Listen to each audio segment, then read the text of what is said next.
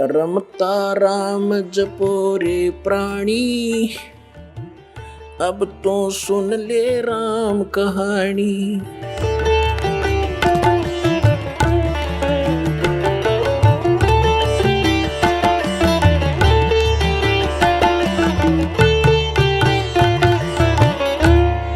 अब लड़कियों को कैर बना रखा हमने, 2 बेटी होगी सारा कुनबा रोने लग जाता है। क्या होगा? क्यों? क्योंकि उनके ब्याहने पर खर्चा गणा करने लगे हम। ये समाज में बकवाद भर दी इन पिक्चरों ने। तो अब हमने इसको खत्म कर देना है। बेटी का ब्याह करना है, सिंपल वैसे करो। विवाह तो भगवान करके भेजा है, संयोग वही जोड़ता है। माँ बाप 2-2, 3-3 साल धक्के खाए जाते हैं, संस्कार नहीं होता, परमात्मा 1 मिनट में कर देता है। तो वो मालिक का किया हुआ होता, उसको हमने सिर्फ उनको मिलन करना बच्चों का, परमात्मा की वाणी बोल दे और सिंपल साधारण तरीके से उनका विवाह करो जाओ, कभी कुछ नहीं दे। और बच्चों को भी ये ज्ञान हो जाएगा कुछ दिनों में कि परमात्मा देगा, उससे पूरा, उससे हमारा सफलता होगी। माँ बाप के दिए हुए से कभी सफलता नहीं होगी। अब हम कितना दे सकते अपने बच्चे को? ये क्या माँ बाप आजीवन उसको दे सकता है सारे इतना दहेज में? नहीं दे सकता। बच्चा अपना करे और खाओ, भगवान पर आश्रित रहे, फिर भगवान देगा तब सफलता होगी।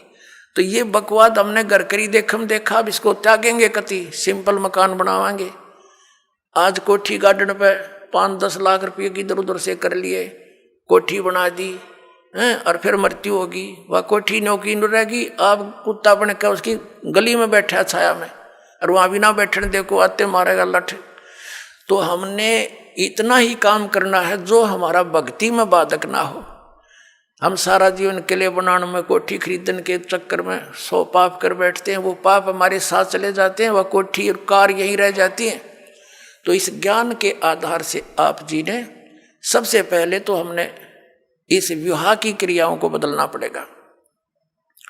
उसके बाद फिर हमने इन कोठियों की जरूरत क्या है? एक सिंपल मकान बनाओ जो भगवान ने आपको दे रखा है, अवश्य बनाओ, ठीक, गर्मी सर्दी से बचने के लिए।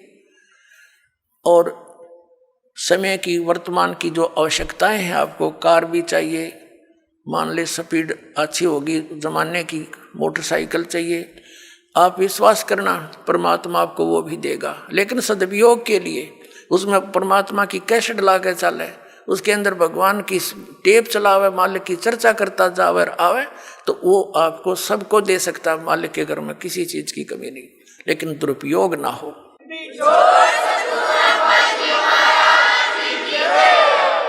और हमेशा परमात्मा देगा।